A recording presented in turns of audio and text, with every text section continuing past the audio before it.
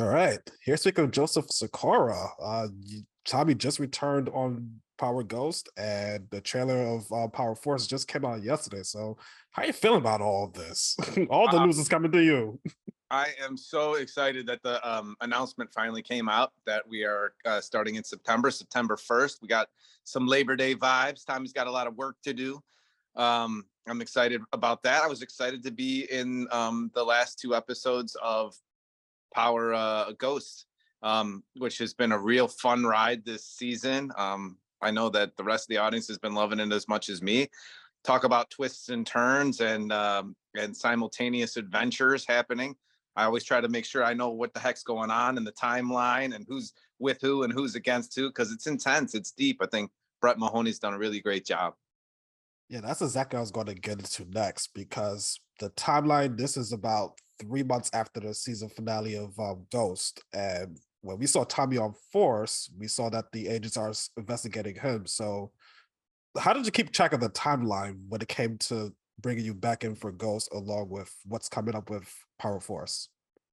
Well, we're so lucky that we have Gary Lennon from the original Power series running our show now. He's just super smart, and he and Brett got together and made sure that the timelines fit. That it's really kind of at the end of our season, from season one into season two of Power Book 4, that Tommy would have gotten this news in the letter from Sachs and uh, decided, one way or the other, really been pulled. I don't know how he could have said no when he got that information. How he could have pulled out of whatever business he's got going on in Chicago, which we know is the incorporation of CBI and kind of them, the push and pull of what's happening with them and Tommy having to say, "Yo, Diamond, you got to take it from here. I got to work for a week." And break it down. And so I think that that's exactly what Tommy did. Just drove through the night, straight 12 hours from Chicago to New York, popped right up. As we know that the man can serve big red soda pop and Newports. So I think that he made it just fine. Yeah, especially since once I saw that car on episode 9, I was like, "Oh shit, Tommy is here." Yeah, that's all you hear is that revving engine. Now, who did you first see when you went back on the set for this episode?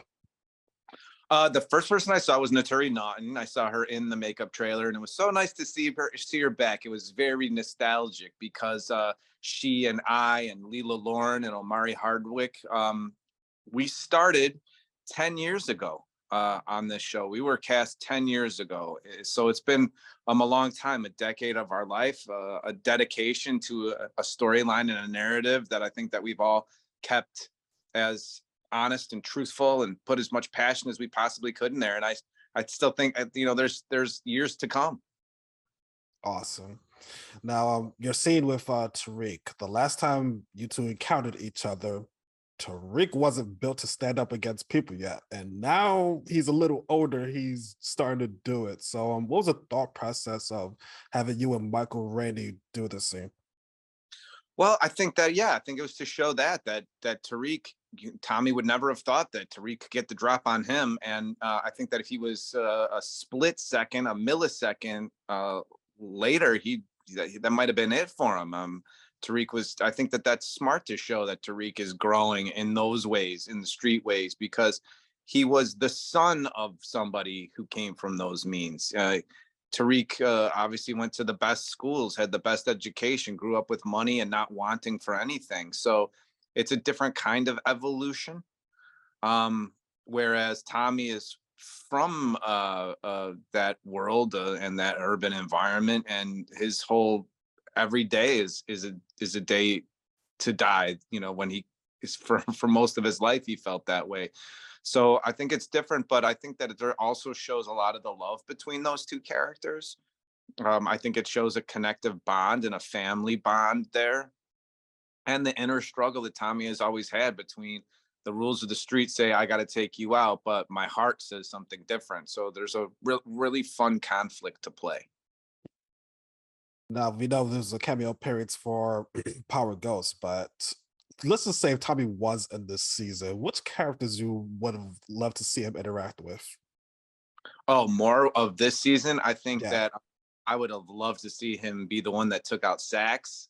I think that it would be fun to see him. I think just more with the Tejadas. I just think I'm also such a fan of Mary J, but I got to do that little bit with her in the graveyard last season, which was good. But I just think that she's just like at her wits end. She was at her wits ends with Zeke. She's like, everything is just drives her so crazy. I would love to see what the energy is like with Tommy and Monet.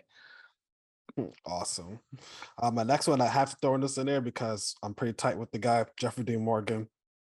Big He's guy for the yeah. Huge fan of The Walking Dead along with the boys. If he was in Force, was this be a guy you would love to work with? Oh my God, Jeffrey Dean Morgan. Of course, I would love to work with him. Why is he interested? I could ask him when I go to the Tribeca. Um, he's such a great actor. He's such a great presence. I think that he brings kind of an effortlessly tough guy to the screen. I think I like watching everything that he's in. I think that he's got a great subtlety. I think that he's just a really great actor to watch, and I think that he could play. And because of that, that's really reflective of kind of what a Chicagoan is, or at least is thought of as somebody like that, a tough, hardworking person. And I think that he could fit in a million places. I'd love to have him on the show. That would be quite interesting if that would have ever happened. And my final one for you before we wrap up. I know you can't say much about Power Book 4 yet, since we gotta wait till September, but what can fans expect from your story for this upcoming season? If I give it too much away.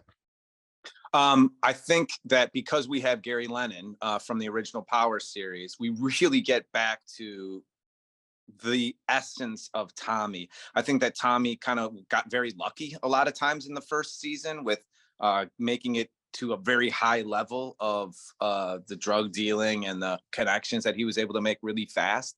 And I think that what we love about Tommy is actually seeing Tommy not win all the time, win sometimes, but work. I mean, that boy works. He's got to uh, earn his place in the streets and in Chicago. And I think that the Chicago will give its stamp of approval to season 2 of the show. And I think that Tommy's going to have a much more difficult time with much more difficult adversaries in season 2. Chicago is very windy. Yes, but it's not all hot air. Thank you so much for your time, Joseph. It was great to connect once again. Julian, always a pleasure to talk with you, brother. Thanks so much. You are welcome. Hope you enjoy the rest of your day. Thank you too. Bye.